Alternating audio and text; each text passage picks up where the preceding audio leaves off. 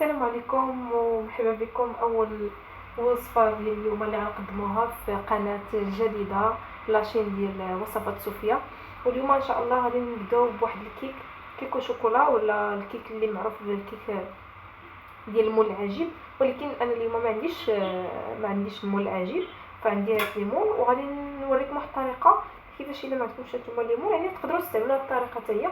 عندي ان سيركل ديال لي طاحت بحال هذا، غادي نشدو غنغلفوه بهاد بابي الومنيوم، ومن بعد غنحطوه هنايا وسط هذا.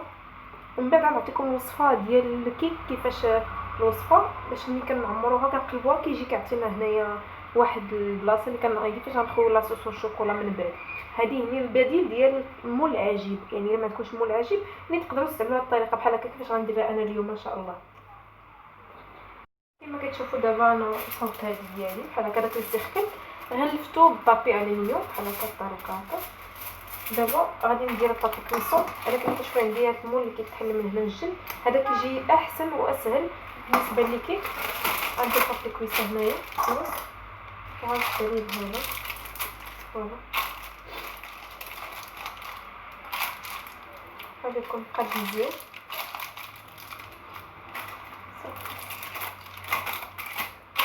صافي. دابا غادي نحط هذا هنايا الوسط بحال هكا، وهكا كيولي عندنا المول العجيب. دابا غنعطيكم الوصيف ديال الكيكه باش من بعد غنديروها هنايا غتشوفوا ان شاء الله كيفاش غادي تخرج. كتجي زوينه وكتجي رائعه ان شاء الله. غادي ندوزو للوصفه ديال الكيك.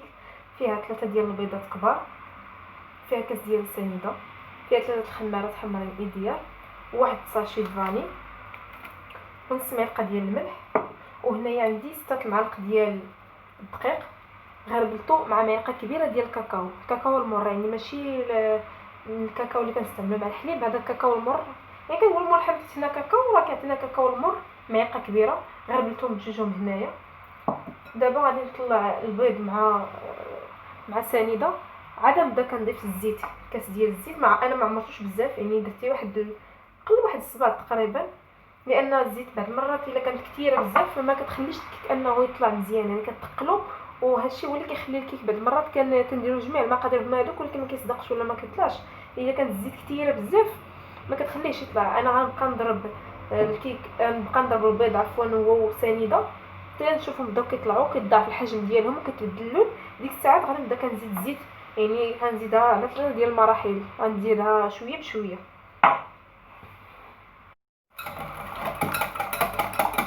غنضيفو نص معلقه ديال الملحه، ضروري من الملح، هو اللي كيعطينا التوازن ديال هاد المذاقات كاملين، وكيجي كيتوافق مزيان مع الشوكولا. هنا كما كتشوفوا اللون ديالو بدا كيتبدل، ولا يعني بحال صفر باهت بدا كيبيض. دابا غنبدا نزيد الزيت شويه حتى هي،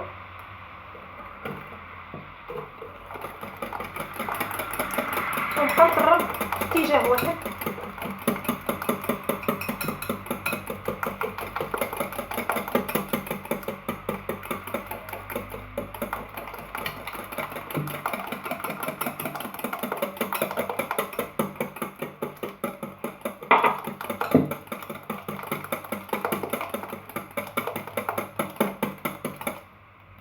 دابا هنايا غنبدا نزيد الكاكاو مع 6 ديال المعالق ديال الدقيق، معلقه ديال الكاكاو كما قلت لكم.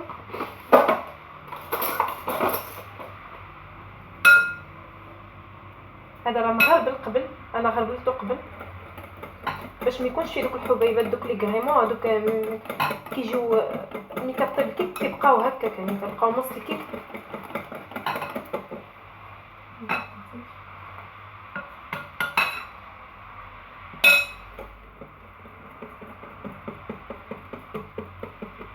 يعني انا واخا عندي عبار هو هذاك ولكن ما كنضيفش يعني الدقيق كله كنخويه، كنبقى ندخل الدقيق يعني على شحال من مرحله، 2 مرحلات ولا 3 ولا 4 احسن، لان كاين شي دقيق بعض المرات اللي كيشرب، وهذا هو المشكل اللي كنطيحوا فيه. واخا يكونوا المقادير هما هذوك مضبوطين يعني ما نزربوش، ما نضيفش كلشي، كنشوف داكشي اللي خاصني.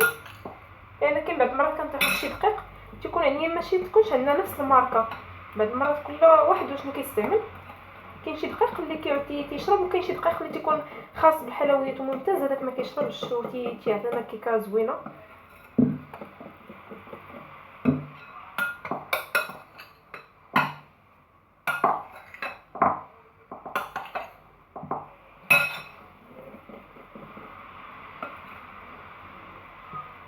دابا انا هنايا غنزيد هاد الخماره ديالي 3.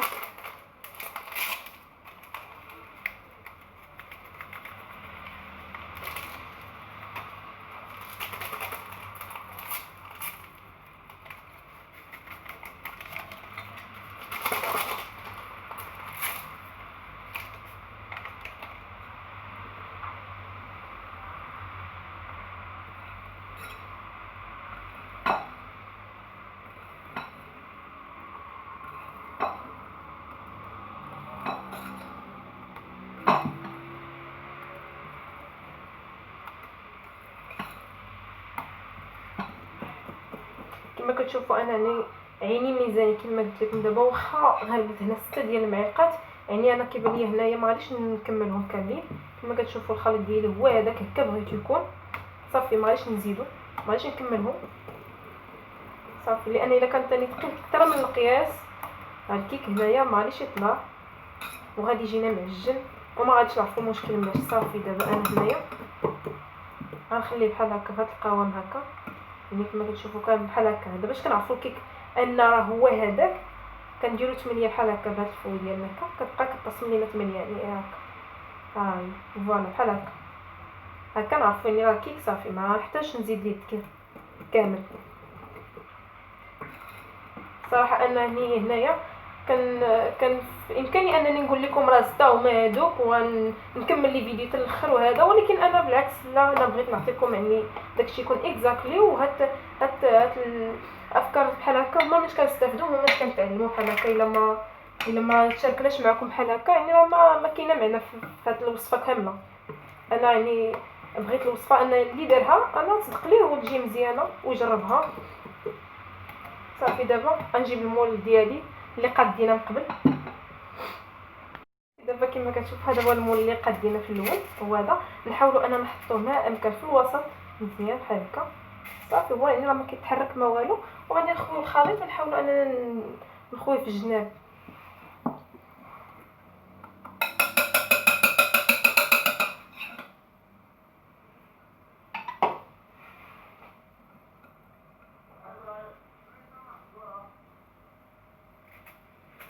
الخلطه فوق هذا ما تخافوا ما والو،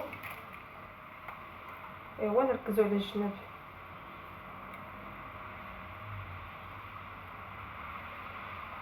كل اللي طبقه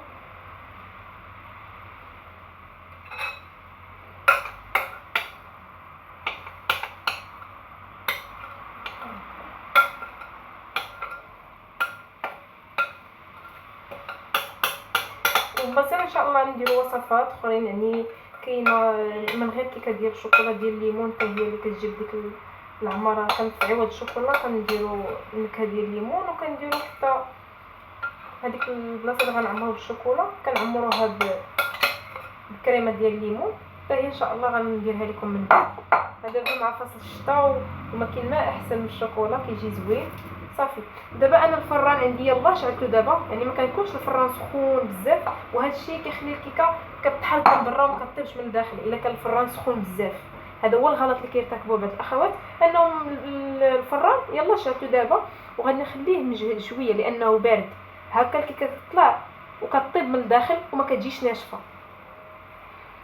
غنوريكم كيفاش نصاوبوا هذه لاصوص ديال الشوكولا من بعد ما طيب الكيكه. كان هنايا عندي 200 غرام ديال الشوكولاته مقطعه، غنديرها باماغي وغادي نديرها حتى تذوب، وغنزيد فيها نص كاس ديال الحليب، وهذا لاصوص باش غادي نسقيها ملي كتخرج الكيكه، كنسقيها كتجي شاربه وكتجي فازقه وكتجي عندها واحد المذاق زوين. هنايا داك 200 غرام نقصت منها واحد المعلقه، هذا تزيين غنخليه هنا على جنب. هنايا كما كتشوفوا معلقه كبيره ديال السكر كلاصي ومعلقه صغيره ديال القهوه سريعه الذوبان. غنخلطهم،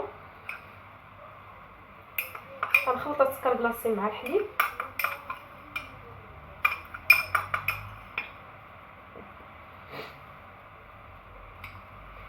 دابا غندير في معلقه ديال القهوه، معلقه صغيره عامره صافي. غنخليهم حتى كيذوبوا. ملي كتخرج الكيكه كنسقيها بهاد لاصوص هذا، كيجي زوين بزاف صراحه.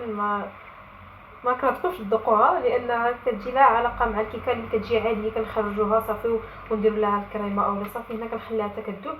ملي كتنسقيوها بهاد لاصوص كنخليوها يعني كترتاح واحد شويه، من بعد كنخوي عليها الشوكولات اللي درنا حمام مريم. هذا هو الشكل النهائي ديال الكيك ديالنا بعد ما خوت لاصوص والشوكولا اللي درت هنا. هو نسيت قبيله ما قلت لكمش بلي راه زدت معلقه ديال المايزينا هنايا، نسيتها ما قلتهاش لكم سمحوا لي. زدت معلقه ديال المايزينا فات لاصوص الشوكولا. من بعد حتى بردات الكيكه مزيان وسقيتها وخليتها بردت مزيان، عاد خويت لاصوص وداك شويه الشكلاط المعلقه اللي نقصنا من بعد هي باش تزوقنا. وغندير قطع ديال الاوريو هنايا، اللي كما كتعرفوا كاع الوليدات كيعجبهم بزاف صافي بحال هذا الشكل. وغندير واحد شويه ديال سكر كلاصي بحال هكا من فوق ديالها. كتجي الصراحه زوينه بزاف وكيحماقوا على الوليدات وكتعجبهم، كتجي لذيذه بزاف بزاف. ومنين من الاحسن انكم ديروها في الصباح الا كنتو بغيتوها في العشيه ديروها في الصباح، لان خصها تبقى واحد شويه في الثلاجه تقريبا واحد ساعتين او 3 باش ما بقات في الثلاجه عاد باش كتجيكم زوينه ولذيذه. وبالصحه والراحه.